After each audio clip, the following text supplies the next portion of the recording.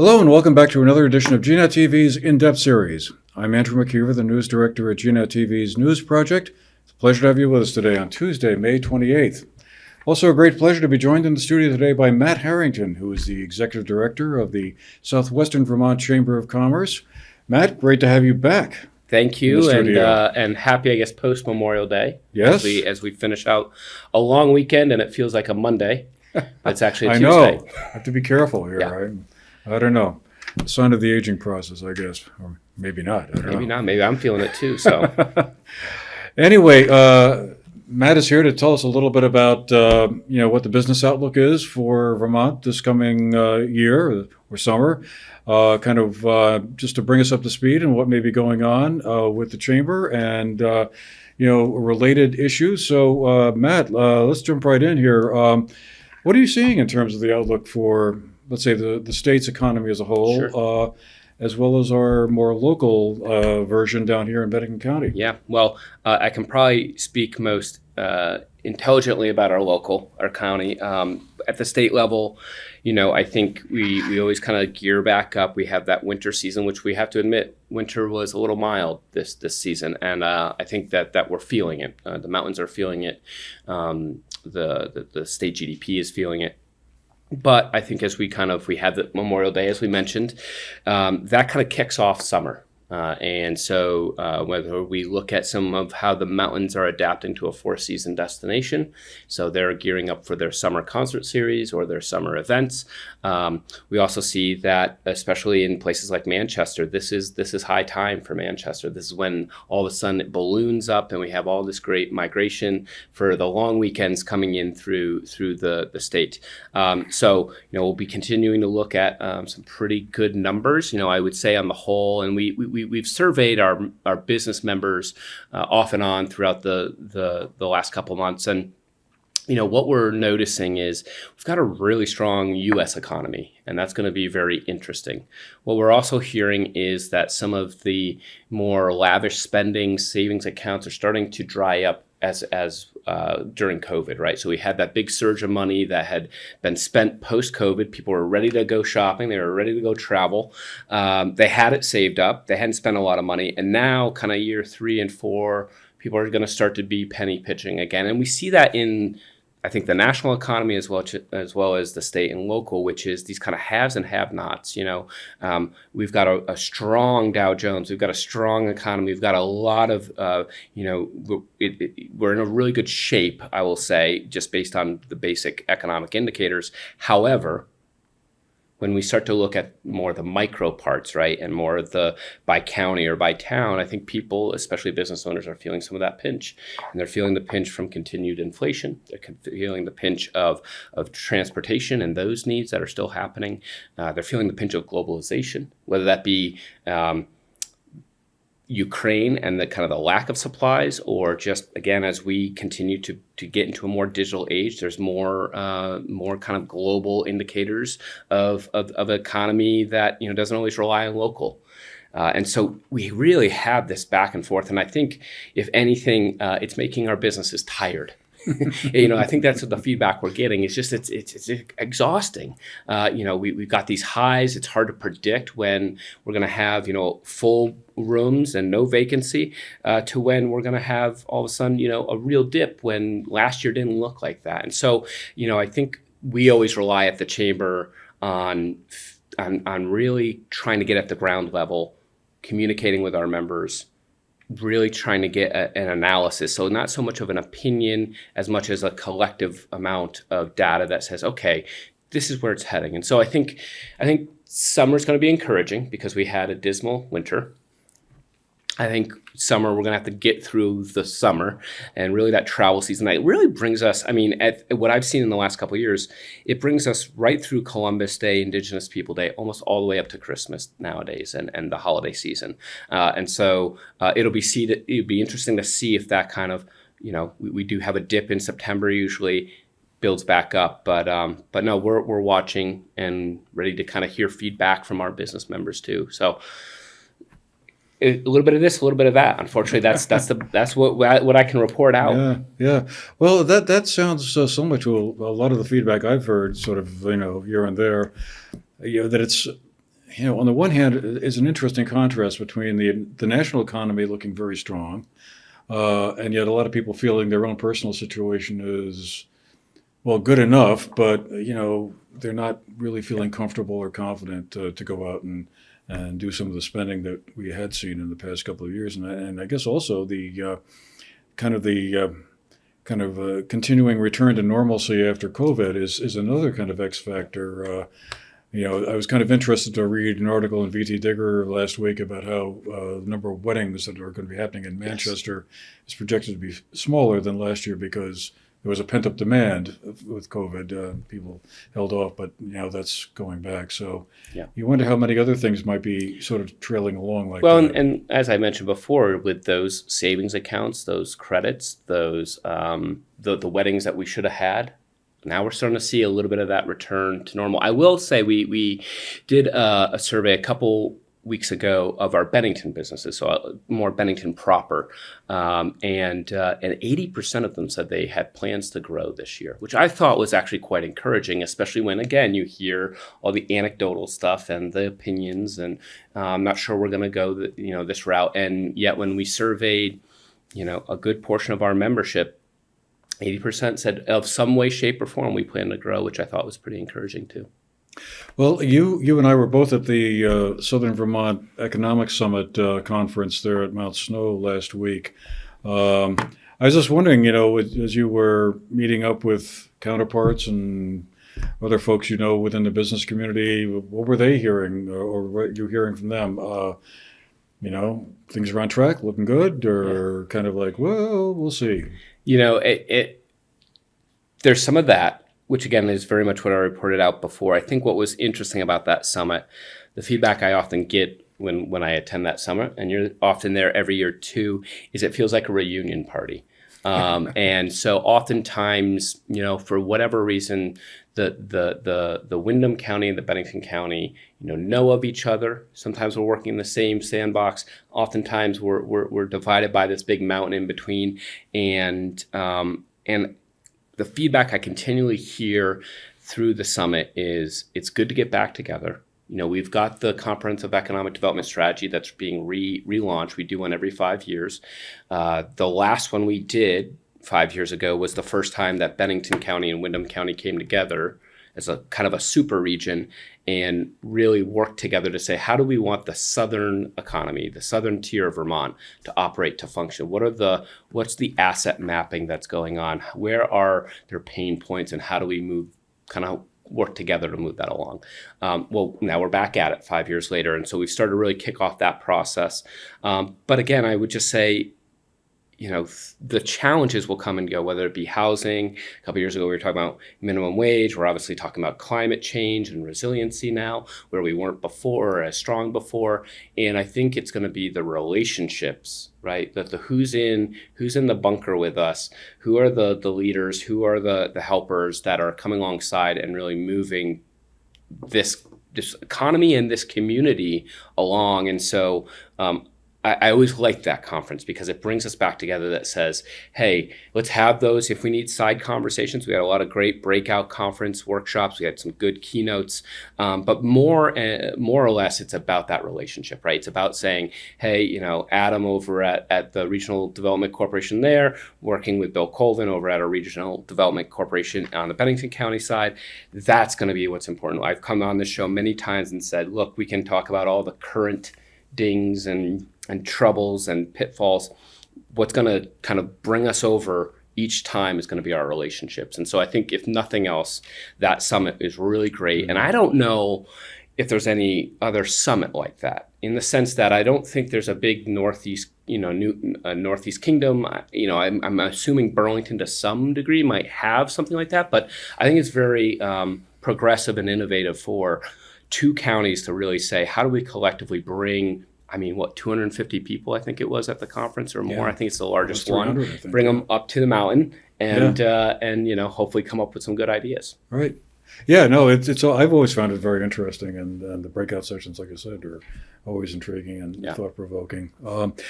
Three of the big themes that seem to emerge from that conference, and they're hardly new talking points at all, but Be interested to hear what your thoughts are on them. As the whole question, well, housing you mentioned, obviously a big concern, but and linked into that is the workforce and demographics Sure. question, because those three things are all kind of tied together. Yep. I mean, any thought on how we're going to grow the workforce and demographics here in the state? I mean, that seems to be just an ongoing question, and we're just sort of stuck somewhere in that somewhat below 650,000 range. Well, and I'll steal a little bit of data from Kevin Chu, who we saw at the summit as well. We're hovering around 640, 650,000 people in Vermont, which is actually up from a couple years ago. And I used to say that number was 625, so I really felt like we were doing a lot better. Yeah. Kevin is saying, by 2030, if not sooner, we need 102,000. 802,000. There we go. Now I got to ask, was that because of the zip code? Yes, he said, look, relative when they did the data, and basically what they found is that there's a 20,000 person gap each year. And when you count all the high schoolers, college kids, and there's kind of the migration and all that kind of stuff, when you count all of that, on top of all that, all the kids that end up staying, all the college kids that end up staying, all the in-migration that comes in, after all of that, we need 10 to 20,000 more people. And so to add to that economy, we're not having that, right? We're having lower birth rates and things like that. And so he's saying, look, by 2030 or 2035, we need 802,000 people living in Vermont, which again, we go back to this, where there's been really this deficit, and we look at the school budgets and we look at things like that. What I've always been told is one of the main reasons that is just that we have a low population. And I know there's this kind of argument, I think, internally with our Vermont belief systems of how do we keep Vermont, Vermont? We love it so much because there is space. And at the same time, how do we add enough to the population to make that kind of tax machine work correctly? Because right now it's not. And I think when we look at the school budgets and when we look at some of the other cost of living in Vermont, it feels tight. Well, that's because there's not enough people in the pool. We get more people into the pool, we grow that tax base, and that gives back. So that talks a little bit about the population. Then we've got workforce, right? So we need a young, dynamic, and diverse workforce, and we see that happening more and more over. Just last week, I was hearing about Vermont Teddy Bear, right? So Vermont Teddy Bear, moving a lot of its manufacturing, which is already being done a lot in other countries.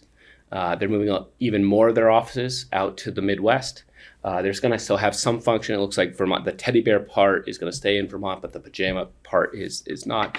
It just shows of the changing and how rapidly we're changing our not our workforce, just the work at hand. What are we doing in Vermont? Because I don't think we're doing as much manufacturing. You and I have commented on that before, where we were 20 years in manufacturing ago. Heck of a lot different, and even in Bennington County now. So how do we add that workforce that's diverse and young and vibrant? One of the initiatives that the Chamber is working on with the governor's office is what we call the GROW program, which is really around relocation and retention. Spins off a little bit of the Stay to Stay. I've been on the show before talking about the Stay to Stay program. We did that for a couple of years. That was really around attracting people to Vermont to stay a weekend, to connect them with the right people, be that the principals of schools, employers, HR people, community leaders, and say, hey, you're trying out Vermont for a weekend. Why not a lifetime? Mm-hmm. We've kind of grown that program into some pretty substantial grants that have been given to 12 partners throughout the state. And the missive of those grants is grow the population, grow the workforce. And so that allowed the Chamber to hire a whole new staff person. That staff person is dedicated to both one-on-one concierge service for relocation, as well as supporting our young professional group and what we call kind of the welcome wagon.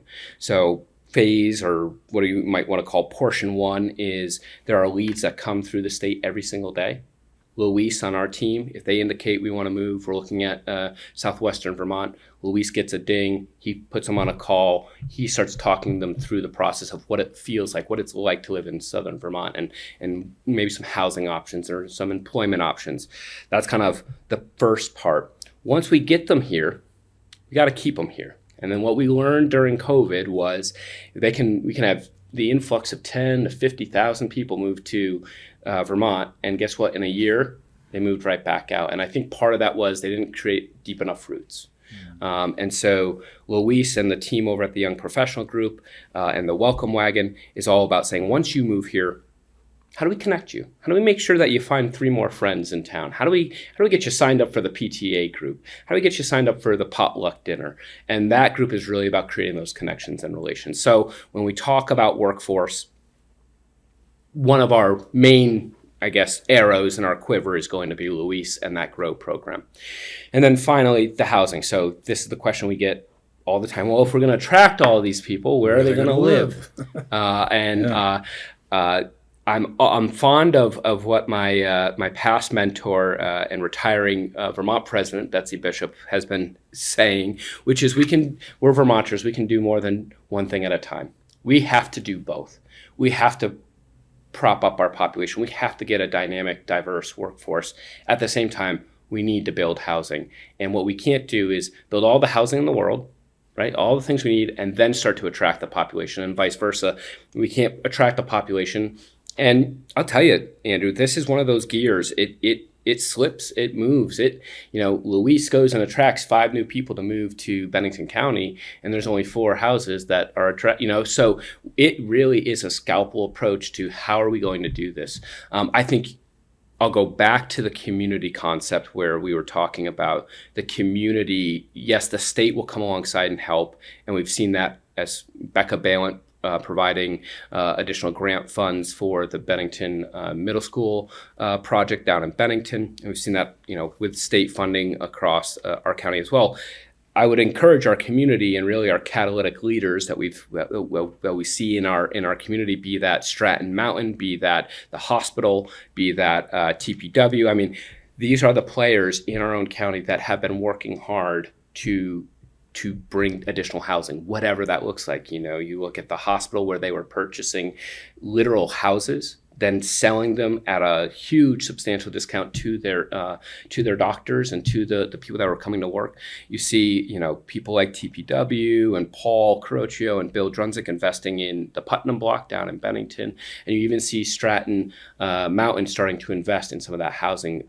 It's not unknown to anybody. So I think part of what can be the frustration is, well, doesn't anybody know that we have no housing? And I guarantee you, everybody that needs to know knows we don't have housing. Yeah. It's going to be really the macro and the micro. The macro type of funding that people like Representative Balint are providing, and then some of our micro contributors, our catalytic leaders that are going to take some initiative in our own downtowns, right? And we've got to figure out how to blend all that together into a really great house soup. Yeah, it's a really complex issue and problem. I mean, I've often been struck by how, this is hardly a new subject. The market has been sending signals to developers for years now. Hey, you could build more apartment complexes or houses or whatever, and there'll be customers for them. And yet, it seems like the market just hasn't been able to respond well enough. And I'm assuming that a large part of the reason for that is it's just simply so much more expensive to build, houses than it was 10, 15, 20 years ago. Yeah, and I would have to put an asterisk on all this interview today is just, my reading of it, my somewhat opinion of it. So please, this is not the end all be all. I am not the chief sayer of all of it. However, I think I would agree with you, Andrew. We also then had a couple of those blips, which was shipment. During that year where all of a sudden all the raw goods came to a complete stop or near complete stop. So now all of a sudden you've got pent up demand. So like we talked about with weddings, we're seeing that with even housing and construction is we had projects 3 years ago that need to be built, let alone the housing that needs to be built today and tomorrow. So I think you're seeing that. I think the raw goods, my understanding when I've talked to some of the housing people just in our own county is it's such a true Vermont story. They're doing it almost out of the goodness. I know they're making money off of it, but they're doing it somewhat thumbing their nose to the economic indicators and still building it, because once they build it, the return on their investment is so long that what it took to build a square foot 10 years ago or 5 years ago even to what it takes now is you'd have to charge astronomical rents. And we already feel like we're in a kind of a rent crunch right now. It could only get exacerbated if if those developers actually built out the cost of what they would have to charge. And yet we still see housing happening. So you're right. It's this kind of perfect storm that's happening. And let's layer in COVID, and let's layer in transportation issues, and let's layer in a Ukraine war, and all of a sudden you have this real perfect storm that when you look at all these economic indicators, it is putting pressure. And I think, if I can leave it with some type of optimism, we've seen this happen before. We've seen these days before. We kind of have to weather that storm. We have to continue to plan. We have to continue to build the relationships. I will go back to that time and time again. We've got to build those relationships, and this too shall pass. Yeah. And I think we have to have faith, and Vermonters are full of that good entrepreneurial faith of saying this too shall pass. This is a crunch. This is a moment in time. And what we don't want to do is also build a huge amount of housing for the lack of population, which I think you've seen in the past through all your years, that we've seen kind of sometimes an explosion of this housing, or sprawl as we've called it, and all of a sudden nobody's picking up the sprawl pieces. Right. And of course, let's remember that one of the attractions about living in Vermont is, the scenery and the green mountains and all of that. The natural environment is a big draw. If we're ever going to lure more residents from elsewhere to come here, that's going to be part of the equation. It's just an interesting nut to crack. And I think the one area I just find myself pushing, I don't know if I'm doing it accidentally or on purpose, but what I find is we need to meet that kind of beloved Vermont with the things that millennial, Gen Z, and Alpha generation need. Case in point, we're looking at some great expansion happening on Northside Drive down in Bennington. So you've got a Starbucks, a Chipotle coming in. You've got a new Burger King. You've got a Hoffman's Car Wash coming in. You've got kind of this great sector kind of really growing. And I'll tell you, Vermonters are not a big fan of those big box stores coming in. Hoffman's is not really a big box store, and we have Harbor Freight and Marshall's going in at the Kmart. What I've tried to just talk to people that we can live in both poles. We can have and statements. Let's keep our downtowns unique and mom and pop and quaint. And we also need to build the Starbucks and Chipotle's for the millennial Gen Z driver who, quite frankly, may not stop in at that one coffee shop that they don't have enough stars on their Google. They may just go to Starbucks, and that's okay too, because we know that all of that will raise kind of the economy of those individual towns or individual counties or state. And so, I think it's also a conversation moving forward. How do we keep Vermont Vermont? How do we also add the amenities that millennials will need? And I remember having this conversation with Fish and Wildlife a couple years ago now, and they were talking about installing Wi-Fi in the woods. So when you go to a campground, that you would have a little receiver on your picnic table or up on the tree. And I just found it very progressive. I said, that's fascinating. And they said, look, we know that people want to get out to Vermont. They want to go camping with their family. We also know that dad and mom get up in the morning and have to do about an hour worth of email. That's just the world we live in today. So we don't have these, 9 to 5 work weeks anymore, and then all of a sudden it stops on the weekend. No. More or less, and I think we can all recognize that our parents got up and started working on email or checking the phone or even needing a map, to find out where they are. So how do we play with that? How do we still have the nature and let individuals choose how they want to receive that nature, while also giving the amenities of, everything from bathrooms to proper cell phone service to internet, to saying, look, there's a generation that's coming up through that's going to love these unique shops that we see coming up through Manchester and Bennington and in between. And at the same time, after they've spent a night out, they may want some Chipotle too. Yeah. It's just an interesting conversation to continually have and help our communities get adjusted to the fact that we've got to live on kind of these two worlds. Yeah. Well, that's all super interesting stuff, and it'll be very interesting to see how we navigate our way through it. In the few minutes we have left, I did want to ask you also about But this question of like, I don't know if it's public safety or the retail theft question, that seemed to emerge towards the end of last year, that, there were a number of merchants that were kind of getting concerned about shoplifting and retail theft. I wonder, any headway being made so far on that? Yeah, so we connected the Chamber and the Manchester Business Association and the Better Bennington Corporation. So Better Bennington is the downtown district in Bennington. Manchester Business Association is really that destination marketing organization up here in Manchester. And then the Chamber all came together.